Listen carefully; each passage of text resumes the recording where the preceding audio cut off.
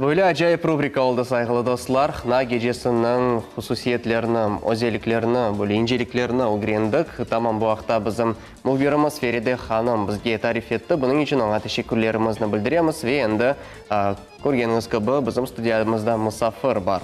Elbet, bu musafirimiz, bir musafirimiz gibi pek istidatlı, pek acayip ve meraklı bir insan kelingisinin yakınca tanışalayık. Bizim studiyamızda berber ve berberler için maxsus джинларның teşkilatçısı Katerina Коробова. Selam алейкум. Салам алейкум. Добро пожаловать. Как настроение? Хорошо. Как Спасибо. обычно начинается утро? Есть ли секрет бодрого пробуждения? Нет. Нет секрета бодрого пробуждения. Вот. Высыпаемся, либо не высыпаемся, нет секрета. Вот, кофе, естественно, вот, и хорошее настроение, с радостью идем на работу. Ну а теперь поближе познакомимся с вашим призванием, с вашей профессией, профессия парикмахера. Как вы в нее пришли, с чего все началось? Все началось с того, что, буду рассказывать честно, с того, что хотелось очень быстро начать зарабатывать деньги.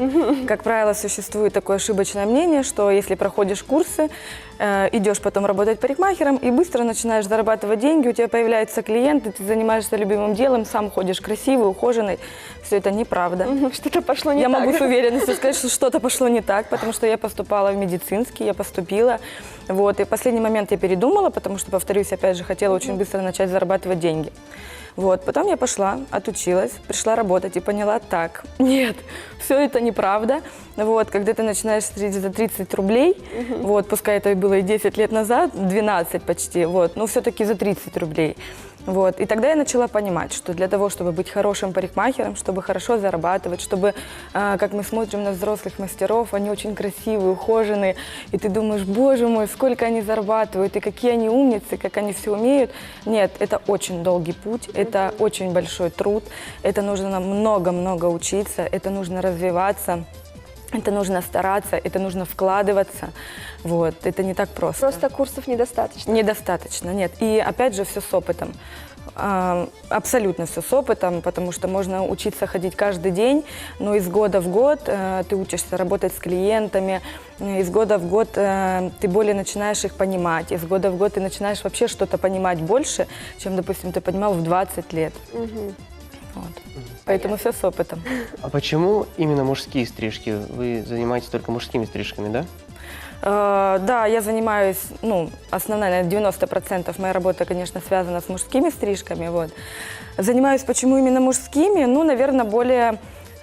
все-таки работа парикмахером, как говорят, что парикмахер это психолог, да, вот, все-таки вот как-то эмоционально, психологически я расположена больше именно работой с мужчинами, вот, найти лучше, как-то больше, я их понимаю больше, чем понимаю женщин, а работать в такой профессии, в такой сфере нужно обязательно любить свою работу. Любить свою работу должны в любой сфере, но так как к нам большую часть люди приходят именно поделиться, поговорить, получить удовольствие, уйти с хорошим настроением. И если я буду стоять с плохим настроением и не делать ту работу, которую я люблю выполнять, вот, то смысл тогда вообще этого всего. Вот. А вот какими качествами, помимо профессиональных, конечно, должен обладать парикмахер, чтобы стать хорошим профессионалом своего дела? Трудолюбие.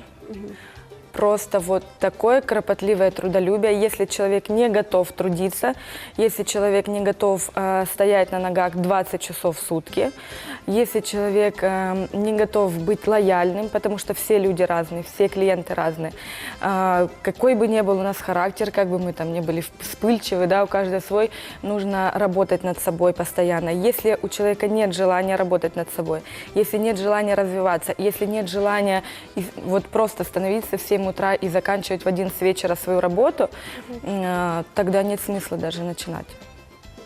То есть, действительно, как и в любом деле, это главное любить свою работу и просыпаться с хорошим настроением и с хорошим настроем на работу. Да, совершенно верно. Опять же, психология играет большую роль, очень, потому что, повторюсь, что наши клиенты все-таки приходят к нам за помощью, да, за помощью быть не только красивыми, еще за помощью быть понятыми, чтобы человека начали понимать, он сидит, рассказывает. Ну, это важно даже для нас самих мастеров. У нас тоже есть свои мастера, к которым мы приходим и которых мы слушаем, мы хотим получить совет какой-то, пускай это будет относиться не только к личной жизни, а просто по уходу, допустим, за собой. Совет по путешествия, еще куда-то. С парикмахером какой-то контакт совсем другой. Отдохнуть в какой-то да, степени. Так же, как и у парикмахера со своим клиентом. Вот. С каждым индивидуальный подход и с каждым разное абсолютно общение. Наверняка есть клиенты, которые во время стрижки, они просто приходят, говорят не как обычно и просто молчат. Нужно ли парикмахеру пытаться его разговорить? Обязательно. Если у парикмахера не получилось разговорить, это больше, наверное, какое-то коммерческий какой-то совет. Да? Если парикмахеру не получилось разговорить своего клиента, он выйдет и забудет о нас. И больше к нам не вернется. Поэтому это очень важно. Также парикмахеры на любом обучении мы проходим, опять же, психологию, общение с клиентом, как правильно задавать открытые, закрытые вопросы, как его правильно разговорить. Этому всему учишься. И если ты этому не научился, ты будешь просто стоять на потоке и просто стричь людей. Каждый день это будут разные люди, они будут приходить, уходить, меняться. Но когда ты научишься разговаривать, когда ты научишься слышать своего клиента, когда ты научишься его слушать себя, когда он уходит, и он к тебе обязательно возвращается. И тогда твоя работа становится комфортной, потому что ты тем самым подбираешь себе клиентскую базу именно такую, что они становятся не просто твоими клиентами, а именно друзьями. И ты с каждым клиентом, ты час его стрижешь, ты отдыхаешь. Ну, я лично отдыхаю, когда я работаю. У меня поднимается настроение. Вот секрет моего хорошего настроения. У меня плохое настроение, я сделала стрижку, пообщалась со своим клиентом. У меня, просто вот из ниоткуда, с вселенной у меня появляется настроение, чувствую себя прекрасно, мне ничего не болит, и я готова работать. Для меня эта профессия сейчас раскрывается с новой стороны. Да. Возвращаясь к мужским стрижкам, что модно в этом сезоне? Что предпочитают современные парни, мужчины? Я не буду вводить никого в заблуждение. Вот, мода все-таки возвращается, и все, что не надо ничего не придумывать, все уже придумали за нас. Да? Вот. Самое главное в мужских и в женских стрижках – это правильно подобранная стрижка. Это очень важно. Есть спортивные стрижки, есть классические стрижки. И если мужчина занимается спортом, его образ жизни именно спорт, то это даже будет нелогично, даже если по форме головы, даже если ему будет подходить эта стрижка. Вот. Ее нельзя выполнять. Почему? Потому что это не его образ жизни. Для мужчины это в первую очередь стиль. Правильно? У женщин все намного проще. Женщина может заплести косу, связать гульку, накрутить локоны. То есть у женщины это именно вот под каждый образ, да, утром мы одни, вечером мы другие, а для мужчины это 24 часа в сутки. И именно правильно подобранная стрижка будет модная для каждого из мужчин.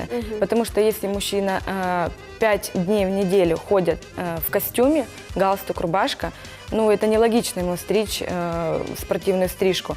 Если же мужчина занимается спортом, да, его образ жизни именно спортивный, он тренер, футболист, неважно, кто он, но он занимается именно спортом, то, конечно, нелогично ему стричь, это даже не практично, стричь ему классическую стрижку, да, которую нужно укладывать, за которой нужно следить, ему некогда в течение дня будет этим заниматься.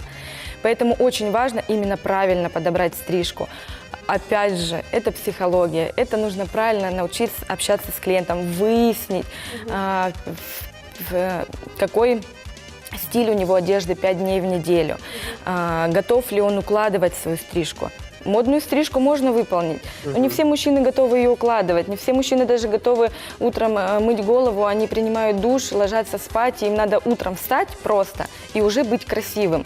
И это тоже важно выяснить, готов ли мужчина укладываться, готов ли мужчина стричься каждые 2 недели, да? Потому что это тоже все зависит от выбора, подбора стрижки именно для него. Если мужчина говорит, я стригусь 2 раза,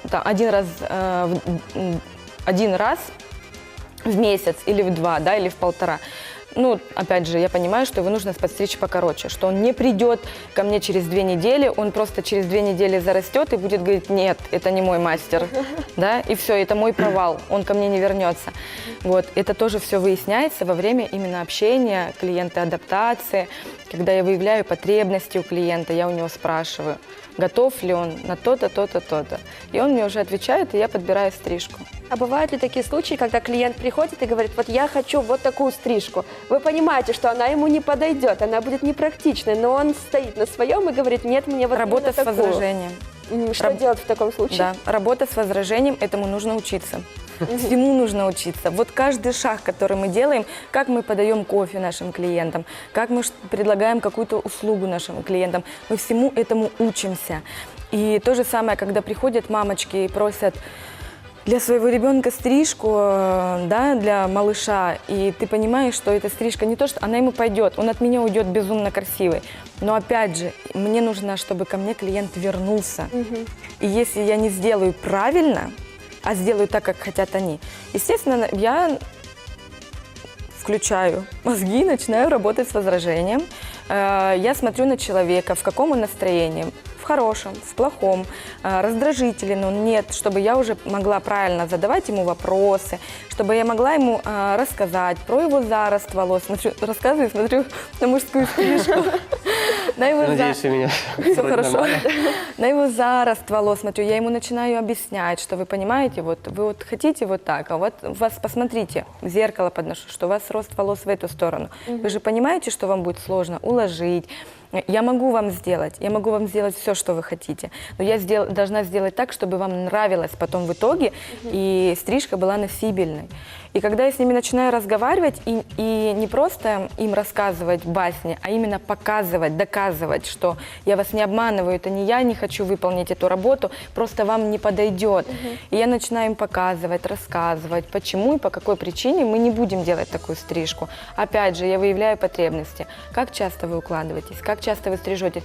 Да я не могу стричься, допустим, отвечает мне клиентам, 1 раз в месяц. У меня не получается, я в командировке езжу. Говорю, вы понимаете, что если вас так подстригу, как бы через 2 недели, вот вы будете еще 2 недели мучиться ходить. Да, стриги покороче. То есть, ну, как бы работать с возражением, задавать вопросы, общаться, в первую очередь быть самой открытой. И тогда клиент даже не сразу, но пройдет 5, 7, 10 минут, он тоже начинает открываться. Мне кажется, в первую очередь нужно познавать тайны психологии, а потом уже учиться мастерству парикмахера. Да, Очень совершенно все верно. намного сложнее. А много ли среди людей, которые приходят к вам впервые, таких людей, чьи стрижки не соответствуют их стилю? Да, много. Почему-то именно такая прям у меня даже как тенденция, как это правильно сказать, сложилась, что ко мне именно за помощью приходят. То есть ко мне приходят новые клиенты, все за помощью. Они приходят и говорят, что-то не так. Помоги, вот что-то не так. Вот вроде бы все так, но что-то не так. Что-то не так, да, вот помоги, что не так, вот расскажи мне, что. Я начинаю рассказывать, я опять же начинаю выяснять. Скажите, пожалуйста, а вот ваш повседневный стиль одежды, он пришел ко мне в воскресенье, конечно же, мужчина пришел, он отдыхает, он в спортивном костюме, в футболке, либо в джинсах, да, свободный стиль одежды. Я начинаю у него выяснять, а где вы работаете? Человек работает в министерстве, у него подстрижена спортивная стрижка. Ну, я говорю, вы же понимаете, вы же должны сами понимать, что это нелогично. Вот я знаю, вот я понимаю, что что-то не так. Вроде подстрижен я хорошо, но вот что-то не так. Я начинаю объяснять причину, почему именно что-то не так. И мы переделываем стрижку, выясняем. Я могу потратить на клиента 2 часа своего времени, на именно вот совместно с стрижкой, на выяснение, как мы будем стричься, чтобы вот дойти до истины и чтобы мы с друг другом обязательно были согласны. Как говорят, я художник, я так вижу. Нет, нет, это неправда. Ну, так говорить нельзя клиентам. Вот. Нельзя не говорить, не отвечать. Мы вместе должны прийти к истине и договориться с друг другом. Ну, мы поняли, вы являетесь создателем красоты, создателем стиля, такой творческой личностью. А что касается вас самой, срабатывает закон «сапожник без сапог»? Да, срабатывает. Из-за нехватки времени. Вот. Срабатывает, конечно, перед любым мероприятием, перед работой. Мы не ходим, востребованный парикмахер не ходит к другому парикмахеру. востребованный парикмахер не наводит себе прическу. И, как правило, на всех мероприятиях мы выглядим хуже всех, вот, потому что мы все это делаем на ходу. Ну, мы не выглядим, конечно, прям хуже всех, конечно, да, вот, образно. но у нас нету вот этих безумных причесок, макияжа, потому что у нас просто на это нет времени.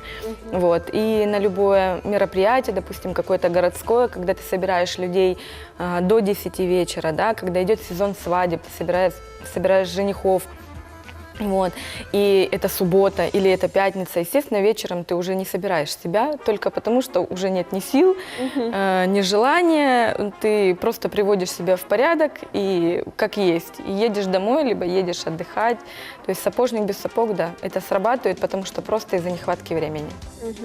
А есть ли у вас кумиры в сфере красоты? Есть.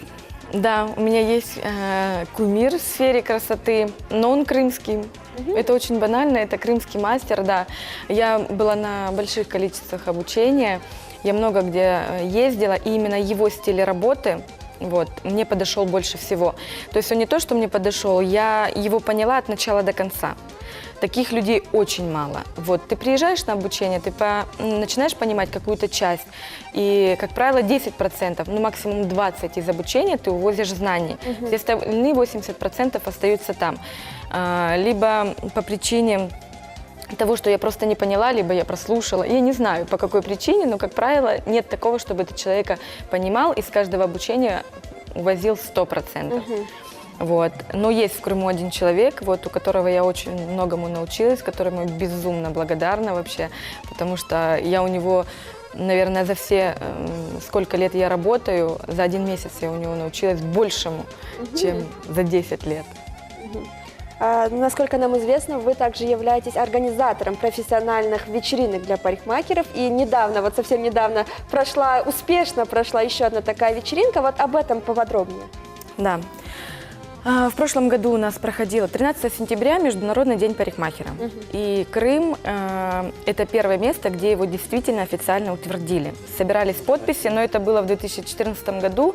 Вот, Довольно такой молодой праздник. Да, да, это очень молодой праздник. Как бы у нас был праздник в марте, 18 марта, день работника бытового обслуживания. Вот. И потом решили сделать все-таки день парикмахера. 9 сентября день красоты, что мы тоже считаем своим праздником. Ну, мы считаем так.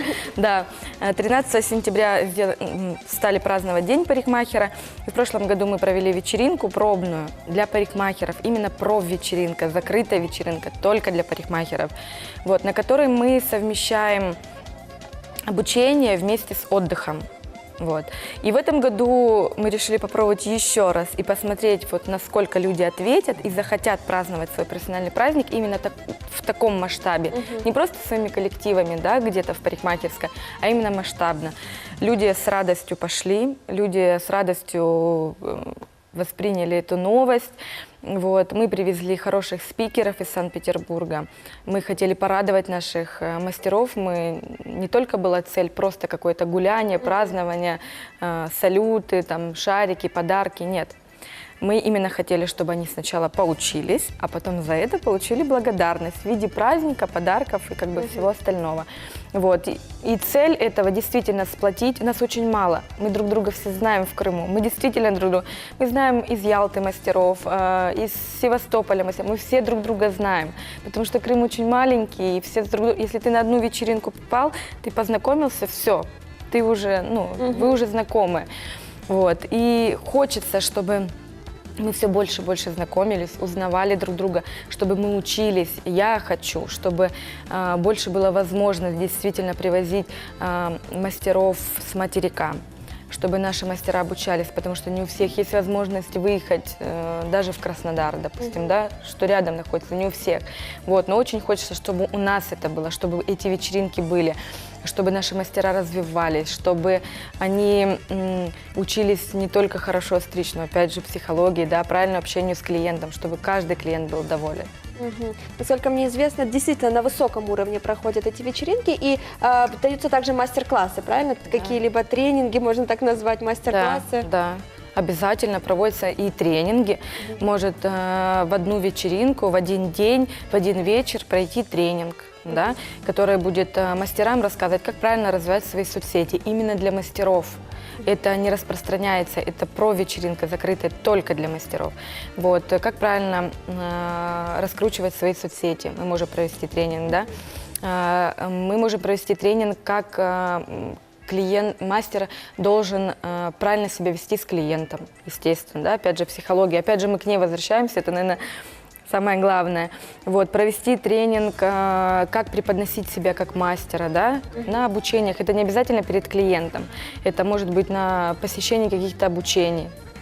Вот. Также во время, после тренингов проводится именно обучение, проводится отработка на следующие дни, то есть после вечеринки проходит отработка, где мастера отрабатывают именно на живых людях, на моделях, они отрабатывают стрижки, они учатся новым техникам стрижек, да, либо старым, ну, те, которые они не знали. Вот. Также они учатся на этих же отработках, как правильно общаться с клиентом, как себя правильно преподносить, да, ну и так далее. Екатерина, в последнее время в Крыму открывается очень много барбершопов, которые специализируются именно на стрижке, на мужской стрижке, в том числе и бороды. Как вы считаете, к чему приведет такая тенденция? Можно ли сказать, что это такая временная мода, ходить стричься в барбершопах? Барбершопы – это атмосфера. Это мужская атмосфера, именно для мужчин созданная, да. И мужчины чувствуют себя, некоторые чувствуют себя комфортно, некоторые хотят именно женских рук.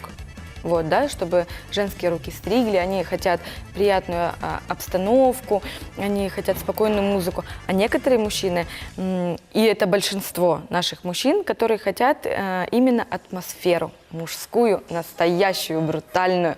Это бородатые барберы, это видеоигры, это напитки, ну и так далее, это кожаные диваны, это атмосфера именно мужская, это как клуб какой-то закрытый для мужчин. Если ты становишься клиентом этого барбершопа, да, то ты там самый дорогой гость. То есть это нечто большее, чем просто прийти и постричься. Да. Именно атмосфера. Этим, в принципе, и заманивают барбершопы к себе мужчин, да, и клиентов, потому что мужчины хотят находиться в своей зоне комфорта. Они не хотят среди женщин стричь свои волосы, да. Они хотят сидеть именно в мужской компании, делиться там, опять же, опытом, знаниями какими-то, да. Хвастаться своими машинами, девушками, часами, ну и так далее. А когда ты сидишь в женской компании, ты себе уже такого не позволишь. Не солидно, да. Сразу количество тем для разговора ограничивается. Да. Вот насколько бы человек не любил свою работу, в каждой профессии есть положительные стороны и отрицательные стороны, конечно. Вот что можно сказать о профессии парикмахера? Положительные стороны общения, знакомства, опыт, потому что не только клиенты наши приходят к нам за помощью, да, они нам тоже оказывают помощь. Вот, разговаривая с ними и находясь с ними в хороших отношениях, ты можешь получить совет, потому что это люди могут быть старше тебя, да, даже если это люди не старше тебя, занимаясь в другой сфере, профессии, самые элементарные вещи, да, там, покупка машины. Мой клиент занимается, там, допустим, продажей машин, да, я могу с ним посоветоваться, и не только посоветоваться, он еще с огромным удовольствием поедет и поможет мне выбрать эту машину, да. Мне не надо будет платить кому-то деньги, он мне с благодарностью как бы ответит и поможет мне. И это относится абсолютно ко всему. Опыт, знания, это, конечно, положительные стороны, да, общение. Отрицательные стороны, опять же, именно эмоционально, моральные. Мы контактируем с людьми, мы их трогаем. Вот. И не все люди приходят с положительными эмоциями, даже твои клиенты, даже которых ты знаешь. И когда за целый день у тебя было 10 человек, и каждый со своими эмоциями, проблемами, разговорами. Можно книгу писать? Да. Можно писать книгу, то есть, когда ты приходишь уже в свою компанию, либо ты приезжаешь домой, ты не включаешь телевизор, ты не разговариваешь с людьми, ты просто немногословен, потому что столько информации в твоей голове, тебе надо ее как-то за ночь, эту информацию всю переварить, тебе нужно успокоиться. Вот, и вытягивают, конечно, энергию, потому что выкладываешься, работая с каждым клиентом. выкладываешься по полной программе. Нету такого лично в моей работе и по отношению к моим клиентам. Я не даю себе поблажек. Как бы я не устала, как бы я не хотела спать, как бы я не хотела не работать, я хотела бы отдыхать, я поблажек себе не даю. То есть, если положено, если я знаю, если я могу, вот тут есть у меня силы стоять на ногах, значит, и силы разговаривать у меня тоже есть. То есть в этом случае страдают близкие люди, те, Да. которые рядом. То есть на них уже не хватает ни времени, ни энергии. Нет, нет.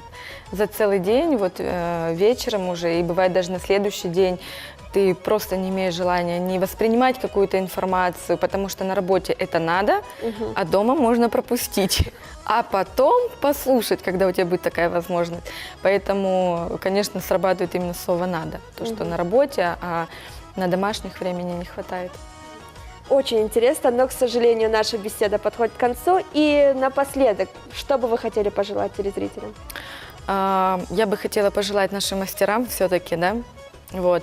Мастерам я хотела бы пожелать больше желания учиться, больше желания развиваться, не противиться, вот, потому что это действительно присуще нашим крымским мастерам. Учиться, развиваться, благодарных клиентов, чтобы оставались силы на родных, вот, дойти до такого уровня, чтобы оставались силы на родных.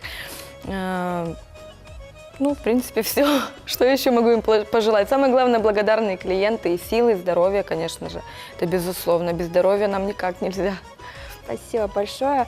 Мы, в свою очередь, конечно же, тоже вам желаем благодарных клиентов и, главное, Спасибо. творческих успехов. И спасибо, что пришли. Спасибо. Böylece сайғылы достар, бербер зенатның хусусиетлерін оғырендік. Mesela мен өзім үшін пек жоқ яңы шейліні оғырендік. Мен де. Енді келecek сефер бербер түйканына барғанда, енді бұл білгілерінен faydalanacağım, hatta mақтанacağım.